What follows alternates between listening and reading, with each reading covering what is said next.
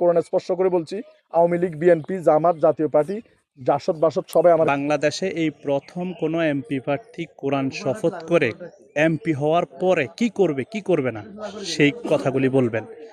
মানবিক শওকত ভাই এখানে আছেন, আমরা ওনার সামনে একটা কোরআন শরীফ আছে, আমরা ওনার কথাগুলি সকলে শুনবো। এই পবিত্র কোরআন স্পর্শ করে আমি আমার নির্বাচনী শপথ করছি যে আমি নিজে চুরি করব না এবং অন্য কেউ চুরি করতে দিব না। শুধু তাই নয়, আমি এখনো পর্যন্ত ঘর করিনি।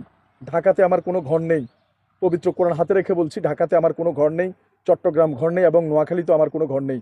যদি আমি হেরে যাই, আল্লাহ মাফ করুক, তাহলে হেরে গেলে আমি একটি ঘর করব আমার সন্তান বউ বাচ্চা নিয়ে থাকার জন্য।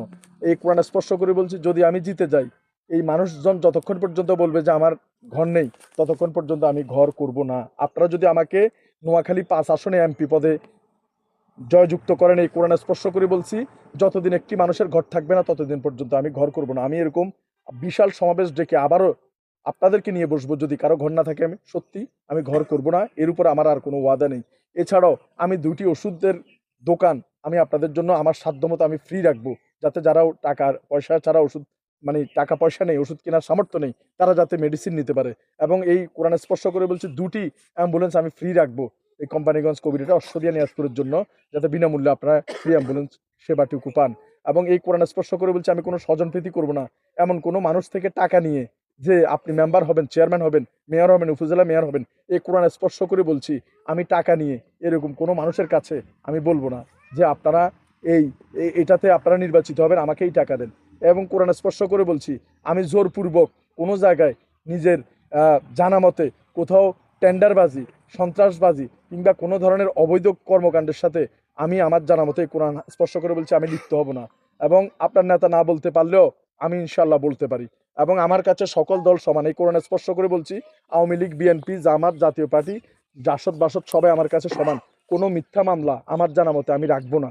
এবং কোনো ধরনের মানুষ যাতে অসহায়ত্বে না পড়ে, যত ক্যান্সার রুগী এবং যত কিডনি ফেলিউর রুগী আছে, এই কোরআন স্পর্শ করে আমার সাধ্যমতো আমি সর্বোচ্চ তাদের নিয়ে একটা সমিতি গঠন করে প্রত্যেকের পাশে ইনশাল্লাহ আমি দাঁড়াবো।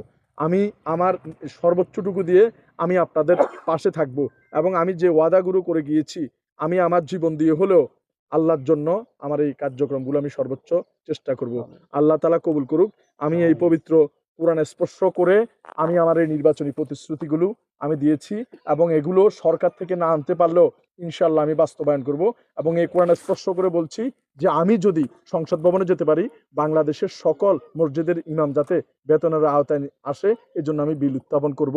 শুধু তাই নয়, এবং প্রবাসী ভাই যারা আছে তাদেরকে এককালীন ভাতা কিংবা মাসিক ভাতা কিংবা তাদের একটি কার্ড, যে কার্ড দ্বারা তারা দ্রুত যে কোনো সলিউশন পাবে এবং তাদের অবাক্ত কথাগুলোই তাদের অধিকার আদায়ের জন্য সংসদে, মহান সংসদে প্রবাসী ভাইদের আবক্ত কথাগুলোর বিল উত্থাপন করবে এই কোরআন স্পর্শ করে আমি বলছি।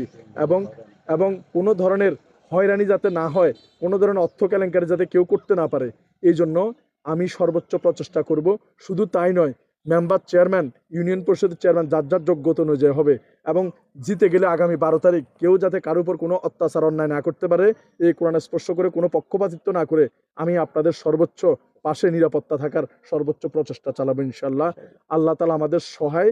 আবারও বলছি, আপনার নেতা এই কোরআন ধরে এই কথাগুলো বলতে পারবে না, এই জন্যই যে তিনি দলের কাছে বিক্রি। কারণ যে দলই হোক না কেন, ওনারা এই দলের যে শত কোটি টাকা খরচ করছে এগুলো উঠানোর জন্য কিংবা এই দলকে ফ্যাসিলিটি দেওয়ার জন্য এগুলা করবে। এবং এই কোরআন স্পর্শ করে এটাও কথা দিচ্ছি, সংসদ ভবনে যদি 100 টাকা বাজেট হয়, আপনাদের এখানে 100 টাকা এনে দেখানোর মতো সৎসাহস যাতে আল্লাহ আমাকে দেয় এবং আমি সর্বোচ্চ সাধ্যমতো চেষ্টা করব এই কোরআন স্পর্শ করে আমার আজকের নির্বাচনী আমি যে শপথ সেটা আমি গ্রহণ করেছি, আপনাদের জানিয়েছি।